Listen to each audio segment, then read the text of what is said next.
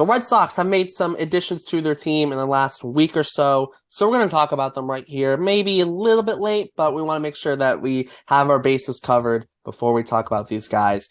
The Red Sox recently have confirmed their signing of Adam Duvall, which has been known, but they also traded Josh Taylor for Adalberto Mondesi and a player to be named later. Obviously, we're not going to talk about the player to be named later because we don't know who that is. So we'll talk a little bit Duvall, and then we'll Bobby also cover Dahlbeck. we'll also cover Adalberto Mondesi right here in Bleacher Brawls. My name is Derek. I'm here with Luke. You're watching Bleacher Brawls, and let's get straight into it. First, I'll hand it over to Luke. I'll let you decide. Who do you want to talk about first? Do you want to talk about Mondesi or Duvall first? I'm going to talk about the more impactful signing, in my opinion, is Adam Duvall. Adam Duvall is a player who had an amazing year in 2021. Well, maybe amazing's understating a little bit. He's a low average, low OBP guy with a lot of pop that can really make a lot of noise and put some runs on the board with one swing. He had 38 home runs in 2021, was a big part of that Atlanta Braves team, that Atlanta Braves World Series championship team. He led the league in RBIs that year too, with 113 RBIs. But a bad year last year. I think he hit 213 last year with only 12 home runs in 85 games, 86 games, something like that. His season was cut short with a wrist injury, slamming into a wall. Actually kind of like gingerly falling into a wall well after the catch had already been made. So because the injury, his bad year last year, I mean, it was a vintage Chaim Bloom move. He bought low on a guy that has a lot of potential. He's a Gold Glove outfielder too. He won a Gold Glove that year too in 2021. So he's got all kinds of potential. This guy can play center field. I mean, with the Trevor Story injury, I mean, his value to the Red Sox goes up so much because, I mean, they probably don't sign this guy if Trevor Story doesn't get hurt. They got him on a 1-year deal for $7 million because with Story down, there's no right-handed power in the lineup other than what Kike Hernandez is going to get you, which I think his career high is 20 home runs. Duvall is a right-handed. He'll be the only right-handed bat in the outfield, at least for the first half of this year. Probably because Kike Hernandez is going to have to play shortstop or second base most of the time. So it was a needed move. He can play. He's going to be the center fielder this year. Yep. And when Trevor Story comes back, he can spend some time in right field. I don't know how that's going to work out with Alex Verdugo on the team. But they'll have to figure something out there. He'll probably, maybe Verdugo will do a lot of DHing because he's kind of a butcher in the field. Probably Yoshida would be more likely to DH or and put Yoshida Verdugo DHing. on left. Okay. Yeah. A really good fielding outfielder who's right-handed, who can swing the bat with some power. And, in Fenway Park, right-handed power guys in Fenway Park, on paper anyway, that looks like it makes a ton of sense. He's not a guy he's not a prototypical cleanup hitter. He's probably more of like a number 5, number 6 hitter on a good team, but I see him as the number 4 hitter on this team. Just, that first right-handed bat that you see in the lineup, just because you got to see some right-handed bat that can keep teams honest, that can give teams something to think about. His 162 game averages, 230 average, 289 on base percentage, 465 slugging, 755 OPS, 32 home runs, 93 RBIs, 27 doubles. Really impressive. I mean, that's a formidable threat to have in a lineup. Also 169 strikeouts. So he's going to whiffle out. So he is kind of an odd fit for the kind of team that Chaim Bloom's trying to build, which is mostly high contact, take advantage of the shift, low strikeout kind of guys. But it's just necessity is the mother of invention, and they needed to get a right-handed bat. And Adam Duvall has huge upside. Feels a lot like having another Hunter Renfroe, only getting a Hunter Renfroe that hasn't been traded by 5 teams in 5 years. Yeah, well, it does also, feel similar that way. Both guys plus outfielders. We know Renfroe did have his errors of throwing the ball into oblivion from right field somehow, which, whatever. Duvall won't do that. Yeah, I do expect Duvall to play center field a lot, and not just because they now need him without Kike. Even when Story comes back, Kike can still play middle infield. I think there's a chance Duvall could be your center fielder wire to wire. Opening day through the season. No, we're not gonna play every single day. But he was the Brave center fielder in that postseason run in 2021. He played center field for I think like 15 of their 16 wins. Oh no, sorry, 16 games. I don't know why I said wins. But so he played a lot of center field that postseason run and proved he could do it. Won a Gold Glove. Did kind of spend his time in all three outfield spots in 21, but he definitely did get some run in center, especially once he got traded to Atlanta. Um, and also, too, looking at a guy who's been on good teams, he seems like a very good clubhouse guy. When you have a fan base like Atlanta saying, hey, take care of him, you know he's a good guy. You know he should mesh well in the clubhouse, which is good considering last year's team didn't for the Red Sox. And if we go back to our lineup video we made, I had him slotted in the 5 spot with the scene, which it seems like they will go Yoshida, Devers 1-2. So I had Turner 3rd, Verdugo 4th, and Duvall 5th with Casas behind him in the 6th spot. I think that's probably where he ends up in the lineup. Definitely high upside. Now, my one worry for him is last year at the Braves started the year with him in center field, and he struggled to hit. Once they moved him off center field, his bat started to come around, and then he got injured. And the freakish play in left field, like barely even touched the wall and like messed up his wrist. Don't know how it happened. So there is a little bit of a worry there because he was hitting very well once they moved him out of center. So maybe he might struggle offensively in center, but right now they're just looking for a guy who can play good defense and add something at the plate. And Duvall gives you probably the most upside out of anyone that you could have gotten because he still will give you good defense. Doesn't look like a center fielder, but 100% can play center field. And his actual sprint speed is actually, I think, ticked up a bit since the start of his career, which is wild considering he's 34. I think and he'll turn 35 at some point this season. So when speed is good, well, you need to have good speed if you're going to play center field, which it seems like the plan is for him to be playing a lot of center field. And he's not, it doesn't really translate to base running too much, at least not with stolen bases. His 162 game average for stolen bases is 4. But being able to patrol the outfield, it's big, and they need that right-handed power bat right now. And in that lineup video, Derrik actually slotted him as the 5th spot before he was on the Red Sox, before they took him. In that lineup video, we each chose a free agent to add to the team just to fill out the lineup because it looked after the Story injury. But it was I took Jurickson Profar because of his defensive versatility, but Derrik picked Duvall, and he guessed right. Yeah, it's definitely. I think with Duvall, though, I think the reason why they did get him is because they do believe he can play center field. And I've talked with some people, on social media or whatever, or just in my personal life, and I said, hey, like they got this guy because they believe he can play center field. If they didn't believe he could play center field, they would have traded for like a Michael A. Taylor, who, yes, it doesn't bring too much with the bat, but he can play center field, and he just got traded to the Twins, so he was obviously on the trading block with the Royals, who they just scooped up Adalberto Mondesi from. So I figured that's probably a good transition. Let's talk a little bit about Mondesi, obviously.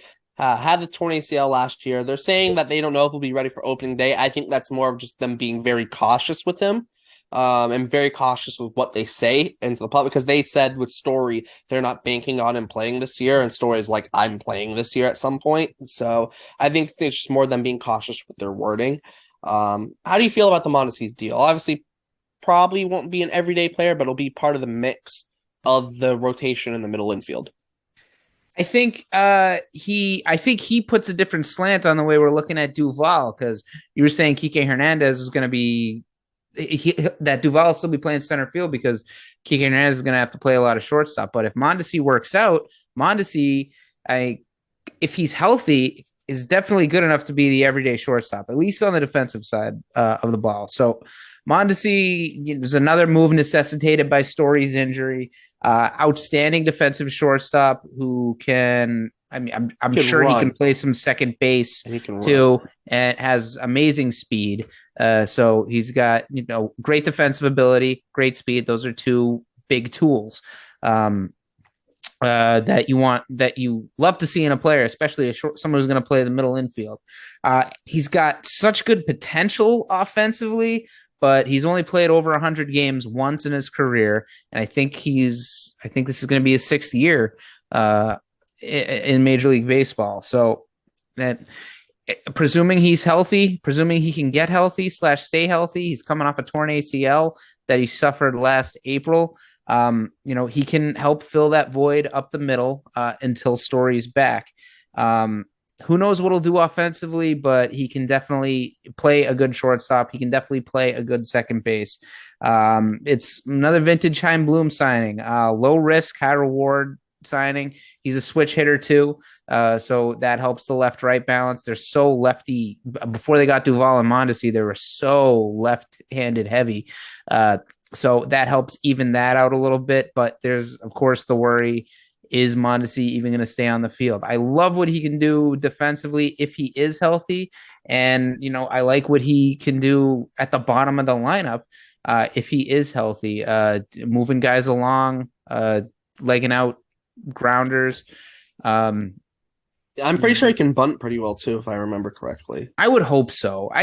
If you play shortstop in the major leagues and you're not a guy who's hitting 20 home runs a year, I feel like you should be able to bunt. But I'm on the older side of things, so that's kind of gone by the wayside a lot. But yeah, then drag bunts, stolen bases.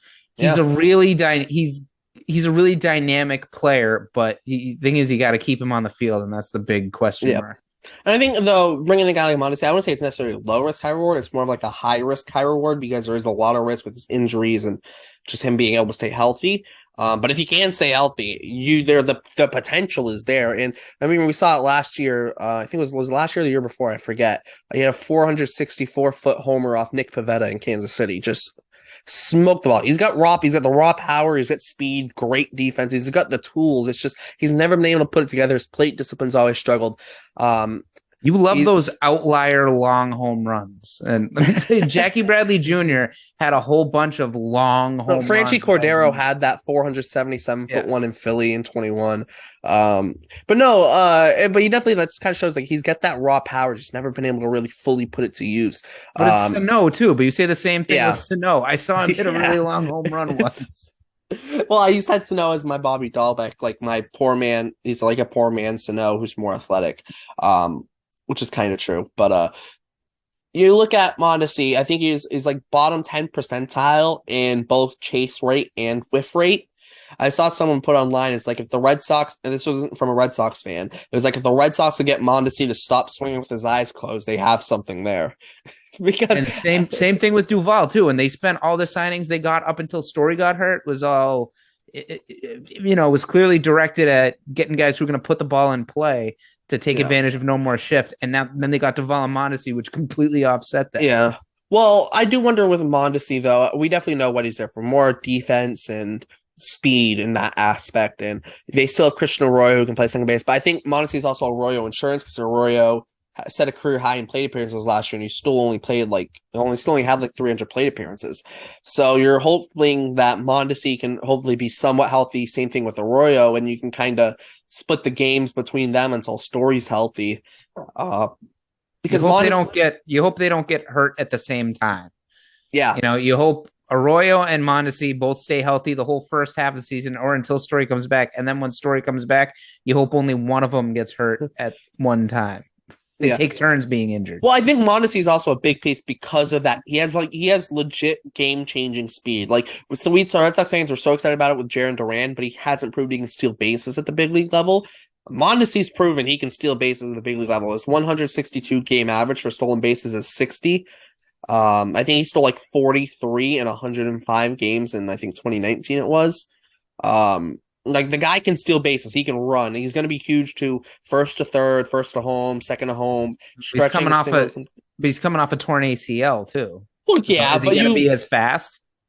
Yeah, there's always a question mark there, but you can argue the same thing for pitchers getting like a Tommy John surgery. It's like, oh, well, can they throw as hard after Tommy John? So, most of the time guys make full recoveries. Yes, some things can happen and maybe he doesn't, but that's why you're hoping that, that full potential is there, because if that full potential is there and maybe you get something out of the city, maybe the Red Sox have seen something. We don't know. The Red Sox have been hiring a lot of people from Driveline to come in and help with their hitting and whatever. So maybe they found something that they can maybe help them try and help them fix. I don't know. But if they get, a Mondesi that can really just hit a little bit better, with that defense and speed, you could argue that it's worth it. I like that these two signings are really good defensive players. It's just that there's a lot of offensive question marks there for both of them. I don't know. Actually, I don't know that Duvall is offensive question marks. Just what he can do and what he can't do. So it's just kind of you take the good with the bad. And I think there's a lot of good in the Duvall move, and there's potentially a lot of good with the Mondesi move. But I see Duvall as a definite thumbs up, especially considering the needs of this team. But I see Mondesi as more likely to be a thumbs down, like kind of a thumbs right here, like not like this, but like kind of like here. Yeah, well, if like with Mondesi, if he's serviceable and is giving you great defense, and I think too, the one big thing that he's going to add to this team is his speed. Like I said, the Red Sox don't have anyone like him, and I think let's say this Red Sox team is good and they make a run and they get into the playoffs. Mondesi if he's healthy, becomes all that much bigger of a piece in the playoffs because stretching got things from first to home as a pinch runner, or first to third, or second to home, or you need a stolen base.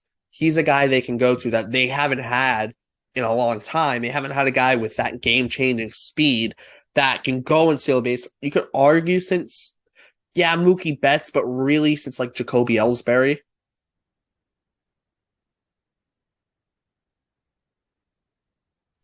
Yeah, and he'd be the guy, if they made the playoffs, he would be the guy that, I mean, presuming everybody else is healthy, he'd be the guy coming off the bench in the ninth inning when you're down a run, someone gets on base, he'll steal second and he'll score if anybody gets a single. So yeah, him and Story in the playoffs, both of them can run.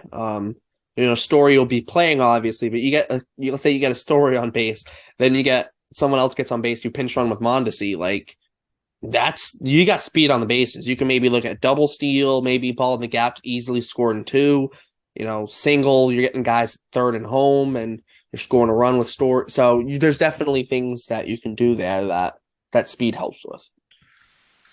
Yeah, I'm looking forward to seeing what they can both do. Skeptical on Mondesi, but really looking forward to seeing Duvall in particular. Yeah, I'm sad about Duvall. Do have worries for Mondesi, but I'm hoping that his potential can finally come through with the change of scenery. Maybe that's all he needed. That's the hope. Any final thoughts? Just that if Story does come back this year, I could see this team surprising a lot of people. I know with Story healthy, I think the offense looks better than it did last year. Honestly, all around 1-9. I know who we lost, and I know who we got back in return. But I think the lineup looks, with Story in it, especially the lineup looks pretty formidable to me. And the rotation, I think, is going to surprise a lot of people. Though I don't blame people on being low in the starting rotation, considering what we've seen from them on paper. But I think there's a lot of potential on this team. I think this team's going to surprise a lot of people. Yeah, we talked about the rotation last week, Luke and I.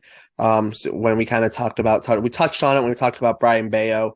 We also talked about the lineup the week before, so you can check that out as well. And check out all our other Bleacher Brawls videos. Check them all out. Make sure to like, subscribe, hit the notification bell to be notified whenever we post. Check out all our links in the description, the Bleacher Brawls website, podcast, Instagram, and Twitter, plus all the cruise stories. Check them all out. Comment, let us know your thoughts on these moves the Red Sox have made and what you think could be next for the Red Sox. What other moves they could make as we get closer to spring training. Let us know in the comments. We'll try and respond to as many. Probably we'll respond to all of them most likely. So yeah. Thanks for tuning in to Bleacher Brawls. For Luke, my name is Derek, and we'll see you next time.